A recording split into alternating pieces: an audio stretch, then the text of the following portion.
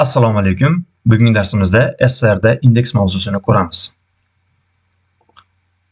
Bizda matnli ma'lumot bo'ladigan bo'lsa, mana shu matnli ma'lumot ichidagi har bitta simvol uni elementlari hisoblanadi va har bitta simvol o'zini tartib raqamiga ega bo'ladi. Tartib raqam chapdan o'ngga qarab hisoblanadi va bunda matnning ichida kelgan birinchi harf har doim 0-indeksda joylashgan bo'ladi. Bu tartib raqam avtomatik hisoblanadi. Siz uni o'zingiz qo'lda hisoblab o'tirmaysiz. Ya'ni avtomatik yozilgan bo'ladi. Birinchisi 0 bo'lar ekan, ikkinchi harfimizniki, ya'ni ikkinchi elementimizniki 1 bo'lar ekan, uchinchi elementimizniki 2 bo'lar ekan. E'tibor bergan bo'lsanglar, 0 dan boshlanganda 1 ga oshib boryapti. Bu degani sizda matnli nechta element bo'ladigan bo'lsa, har bittasini o'zining tartib raqami bo'ladi va 0 dan boshlab turib 1 qo'shib hisoblab ketaverasiz degani bo'ladi. Bu joyda misol berilgan, mana shu misolni ko'ramiz. Demak, bizda o'zgaruvchi bor. Mana shu o'zgaruvchi o'zida hello world degan qiymat saqlayapti. Kella bu o'zgaruvchini o'ziga murojaat qilib ko'ramiz. Murojaat qiladigan bo'lsak, hello world deb chiqarib beryapti. Ana shu yerda manga h harfini o'zi kerak bo'ladigan bo'lsa, uni 0-indeksiga murojaat qilaman. 0-indeksiga murojaat qilish uchun shunchaki kirilcha x belgisiga bosadigan bo'lsangiz, mana bunaqangi kvadrat qavs qo'yib berar ekan. Til har doimgidek ingliz tilida bo'lishi kerak. Bu joyga keyin 0 raqamini yozadigan bo'lsak, u mana shu matnning ichidan 0-tartib raqamda joylashgan, ya'ni indeksda joylashgan mana bu harfda olib beradi ekan. Xuddi shunday boshqa indeksdagi elementni ham olishingiz mumkin. Ko'rmoqchi bo'ladigan bo'lsangiz, masalan, l harfini olib bergan deyapmiz. Xo'p, bu yerda endi qaysi lni olib beryapti ekan? Kella mana shuni ko'raylik. H harfi 0-indeksda joylashgan. E harfi 1-indeksda joylashgan.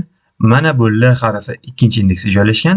Demak, hozir biz 3-indeksga murojaat qilgan paytimizda mana bu L harfini olib bermoqda ekan.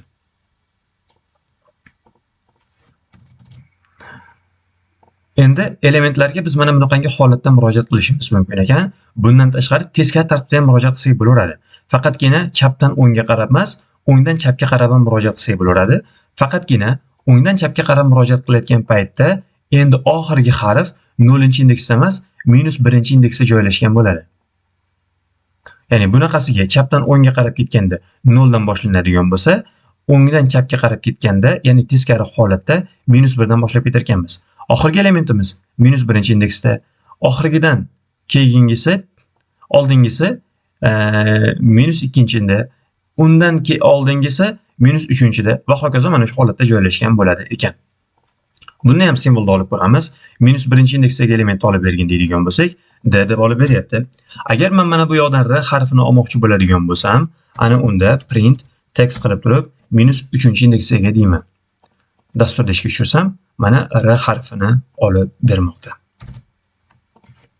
Qisqacha bu indeksi, ya'ni tartib raqami bo'lar ekan. Endi stringda slicing qilishni ko'ramiz. Stringda slicing qilish degani bu matnning ichidan ma'lum bir qismini ajratib olish degani. Bunda matnda o'zida ham qolaveradi, biz uni ajratib ham olar ekanmiz. Asosiy sintaksisi ko'rinishi mana bunaqangi holatda bo'ladi. Ya'ni siz bironta matningiz bo'ladigan bo'lsa, mana shu matndan keyin kvadrat qavs ochar ekansizda, unda 3 ta qiymat berishingiz kerak bo'ladi ekan. Birinchisi start. Start aytgancha bu joyda start ham indeks bo'ladi, end ham indeks bo'ladi. Start bu nechanchi indeksdan boshlanayotganligi, end bo'ladigan bo'lsa bu nechanchi indeksda tugayotganligi va bularning orasiga 2 nuqta qo'yib turib ajratib olar ekanmiz. Pastda foydalanish bo'yicha misol keltirilgan. Ha, aytgancha stepni aytmadik. Step bu necha qadamlab yurishi, ya'ni bu darajasi deb aytiladi. Bunga doir misolni ko'ramiz hozir.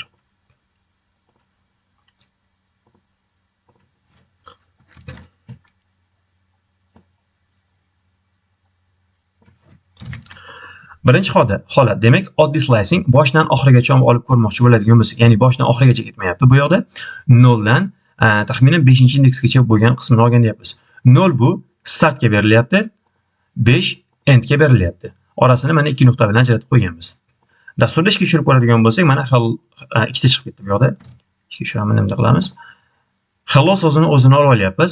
Qayerdan? Mana bu matnning ichidan. Ya'ni 0 dan boshlab turib 5-indeksgacha borgan deyapmiz. Bunda 0, 1, 2, 3, 4, da oladi, lekin 5-indeksda olmaydi.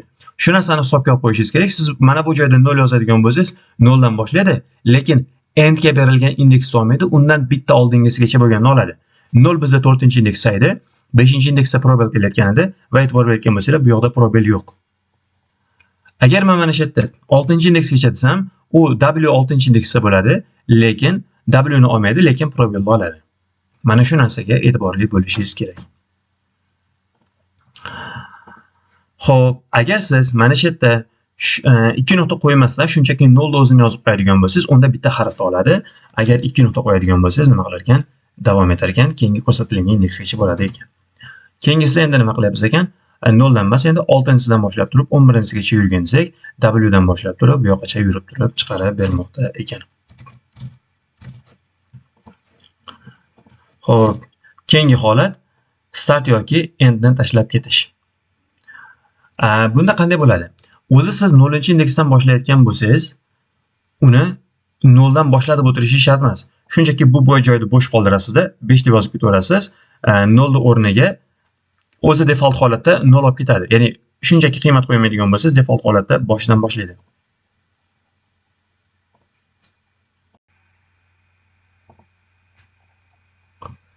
Mana 0 dan boshlab turib 5 gacha bo'lganini chiqarib bergin dedik. Xuddi shunday siz nima qilishingiz mumkin ekan? Oxirigacha olish kerak bo'ladigan bo'lsa, 6-indeksdan boshlaganda oxirigacha boravergin deysiz, oxirigacha bo'lganini o'zi yozib beradi. Oxirgi elementni hisoblab olib o'tirishi shart emas. Xuddi shunday boshidan oxirigacha olmoqchi bo'ladigan bo'lsa, shunchaki 2 nuqta qo'yib qo'ysangiz, boshidan oxirigacha deb tushunadi-da, o'zi nima qilib beradi, olib chiqarib beradi.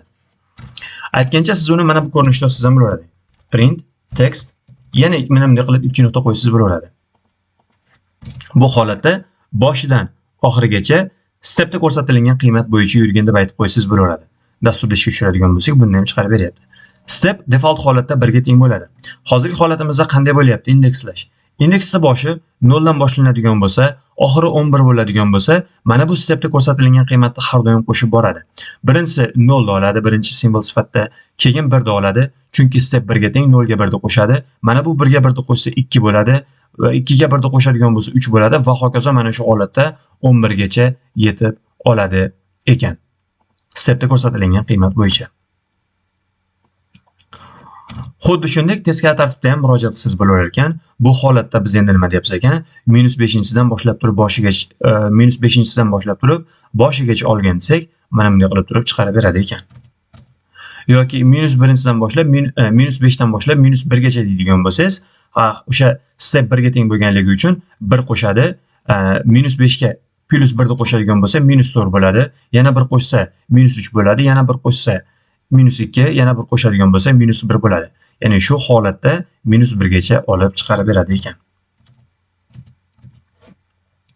Keyingisi step bilan olish. Shu joygacha stepni ko'rmadik va stepda default holatda 1 ga teng deb ketdik. Agar mana shu yerda 1 deb yozadigan bo'lsangiz, sizda mana shu text hello world ga teng bo'ladigan bo'lsa, boshdan oxirigacha chiqarib beradi. Nima uchun? Nima uchun? Chunki step o'zi default holatda 1 ga teng bo'ladi. Lekin siz shuni o'zgartirsangiz, 2 qadamlab yurgin deydigan bo'lsangiz, u 0-indeksdan boshlab turib eng oxirgi indeksgacha bo'lganga endi har doim 2 qo'shib ketadi. Mana ko'rayotgan bo'lsangiz, mana bunday chiqarib berdi. Bu degani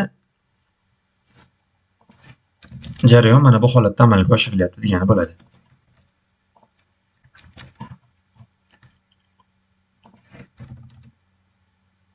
Mana bizda text bo'ladigan bo'lsa hello world degani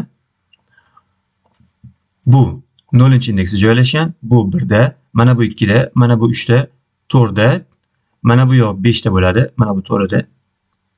Hop, bu yoq 6. Xullas, tushundinglar, bu yoqqa ketaveradi. Endi 0 dan boshlayapti. Step 2 ga teng bo'ladigan bo'lsa, 0 dan keyin 1 da chiqarmaydi. 0 ga 2 ni qo'shadi, 2-indeksdagi element oladi. 2 ga 2 ni qo'shadi, 4-indeksdagi element oladi. 4 ga 2 ni qo'shadi, 6-indeksdagi element oladi. Undan keyin 8 da oladi, ana undan keyin 10 da olib turib chiqaradi. Ya'ni oralig'ida 1 tashab ketadi. Shuning uchun ham mana ko'rayotgan bo'lsangiz, HLO va RD deb chiqarib berdi. Xohlasangiz siz buni o'zgartirishingiz mumkin. Masalan, 3 qadamlab yurgan deb aytib qo'yishingiz mumkin. 4 qadamlab yurgan deb qo'yishingiz ham mumkin. Xohlagandaqa mana shunday o'zgartirib ishlatsangiz bo'ladi ekan. Endi bu yoqda siz bir raqamini yozib qo'ygan qo'ygan, ya'ni qanday bo'lyapti? 0 deb yozadigan bo'lsangiz, har doim boshdan boshlaydi. Lekin siz endi 0-dan emas, 1-dan boshlab ketgan deydigan bo'lsangiz, 1-dan boshlab ketadi. 1-dan boshlab turib 2 qo'shib ketadi. Endi bunda mana bundan boshlayapti. n indeksiga, ya'ni bu birinchi indeksiga joylashgan bo'ladi. 1 ga 2 ni qo'shyapti, mana bunga o'tadi. Undan keyin mana bunga o'tadi, undan keyin mana bunga, undan keyin mana bunga o'tadi. Chunki har safar 2 qo'shib boradi. Mana bu orada probel ham bor shuning uchun. Xuddi shunday siz qayergacha borishini aytishingiz mumkin. Masalan, 6-indeksgacha borgan deb aytib qo'yishingiz mumkin. Unda mana bunda ishlaydi. Oraga bitta probel ham boryapti. Shu holatda boshqarar ekansiz. Endi teskarisiga o'girmoqchi bo'ladigan bo'lsak, mana bunda yozamiz. Boshdan oxirigacha -1 qadamlab yurgin deydigan bo'lsak, oldin 1 qo'shib borgan bo'lsa, endi 1 ayirib boradi. Aynan shuni hisobiga matnimiz teskari holatda chiqadi ekan. Ya'ni stepda -1 beradigan bo'lsak, teskari holatga o'giriladi ekan. Xo'p, yaxshi. Bu foydalanish edi. Endi bugungi mavzuyimizda yana len funksiyasini ham ko'rib ketamiz. Len funksiyasi matnda uzunligini o'lchash uchun ishlatiladi. Ya'ni ingliz tilidagi length so'zini qisqartmasi bo'ladi. Len uzunlikni o'lchash uchun ishlatiladi. Lekin matnda biz uzunlik degan paytimizda uni simvollari sonini tushunishimiz kerak. Ya'ni mana shu matnning ichida nechta simvol qatnashgan, len funksiyasi mana shuni bizga sanab berar ekan. Dasturda ishga tushiradigan bo'lsak, 11 deb chiqarib berdi. Bu joyda probelda ham sanaydi. 0, 1, mana 1, 2, 3, 4, 5, 6, 7, 8, 9, 10, 10 bitta chiqyapti haqiqatan. Harflar sanayotganimizda 1dan boshlab sanaveramiz, lekin indekslarni sanayotgan paytimizda 0 deb olib ketishimiz kerak bo'ladi. 0, 1, 2 deb olib ketishimiz kerak bo'ladi. Demak, bu matnda len funksiyasi kuzatyapmiz ekan, u uning ichidagi harflar sonini sanab turib, natija sifatida qaytarib bermoqda ekan.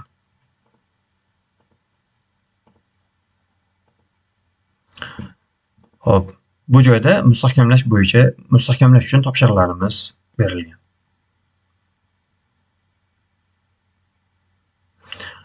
Bu yoqda savolning o'zi mana bu yoqda qo'shib berilgan. Demak, ismning birinchi 3 ta harfini olish deyaptimi? Siz mana bu joyda birinchi 3 ta harfini olishingiz kerak bo'ladi. Bunda oxirgi 4 ta harfini olish deyapti.